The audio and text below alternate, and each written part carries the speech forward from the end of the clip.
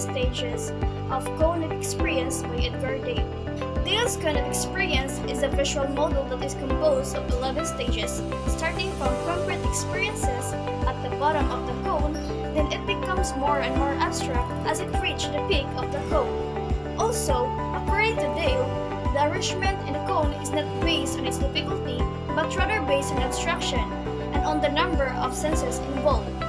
The experiences in each stages can be mixed and are interrelated that fosters more meaningful learning. According to one of the principles in the selection and use of teaching strategies, the more senses that are involved in learning, the more and the better the learning will be. But it does not mean that concrete experiences is the only effective experience that educators should use in transferring knowledge to the learner. Like what was mentioned above, the experiences in each stages can be mixed and are interrelated. Thus, a balance must be achieved between concrete and abstract experiences in order to cater and address all the needs of the learner in all the domains of their development and in order to help each learner in their holistic development. Moreover, the generalization about the cognitive experience that was presented above is not enough. Actually, we should try to go deeper in each of the components of the cone since educational technology basically revolves around the cone of experience. By going one by one, starting from concrete to abstract, we will understand more the different components of the cone that will help us grasping the real meaning of educational technology. To expand on each of the components, let us begin with the direct purposeful experiences. These are first-hand experiences which serve as the foundation of learning. In this level, more senses are used in order to build up the knowledge. Also in this level, the learner learns by doing things by him or herself. Learning happens through actual hands-on experiences. This level explains and proves one of the principles in the selection and use of teaching strategies. The more senses that are involved in learning, the more and the better the learner will be. This level also proves that educational technology is not limited to the modern gadgets and software that are commercially available nowadays. This shows that even a simple opportunity that you give to a child could help them learn. The next level will be the contrived experiences. In this level, representative models and mock-ups of reality are being used in order to provide an experience that as closely as reality. This level is very practical and it makes learning experience more accessible to the learner. In this stage, it proves more concrete experiences, even if not as concrete as direct experiences, that allows visualization that fosters better understanding of the concept. On the other hand, the next level would be the dramatized experiences. In this level, learners can participate in reconstructed experiences that could give them better understanding of the event or of a concept. Through dramatized experiences, learners become more familiar with the concept as they immerse themselves to as-if situation. The next level would be the demonstrations.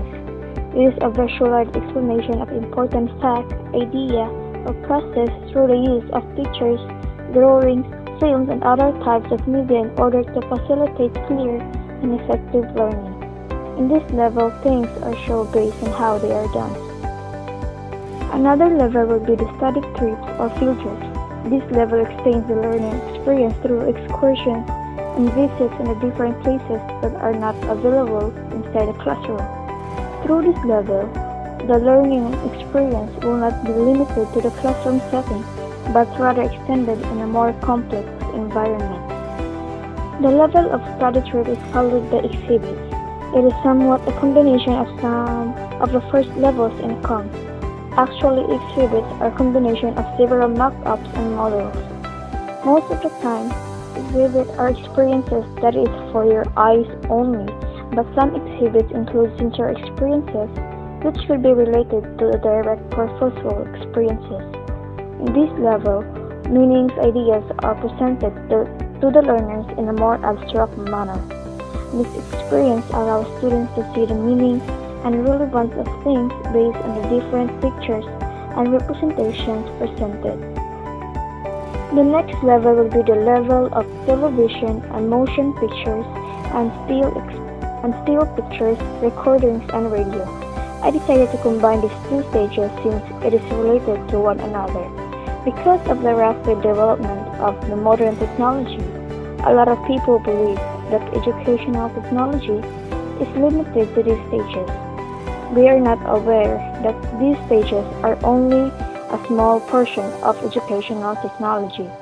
For television and motion pictures, it implies values and messages through television and films. On the other hand, still pictures, recordings, and radio are visual and auditory devices that can be used by the learner or group of learners that could enhance and extend learning experience. Lastly, I also choose to combine the last two levels because they are used hand in hand. The last two levels would be the visual symbolic and verbal symbolic. These two levels are the most complex and abstract among all the components of the cone of experience. In the visual symbolic level, charts, maps, graphs, and diagrams are used for abstract representations. On the other hand, the verbal symbolic level does not involve visual representation or clues to their meanings. Mostly the things involved in this level are words, ideas, principles, formula, and the likes. After going through the different components of the cognitive experience, it can be said that in facilitating learning, we can use a variety of materials and medium in order to maximize the learning experience. One medium is not enough, thus if we can take advantage of the other media. There's nothing wrong with trying to combine several mediums for as long as it could benefit the learners. Also, through the levels provided by the cognitive experience, it could be said that concrete experiences must be provided first in order to support abstract learning.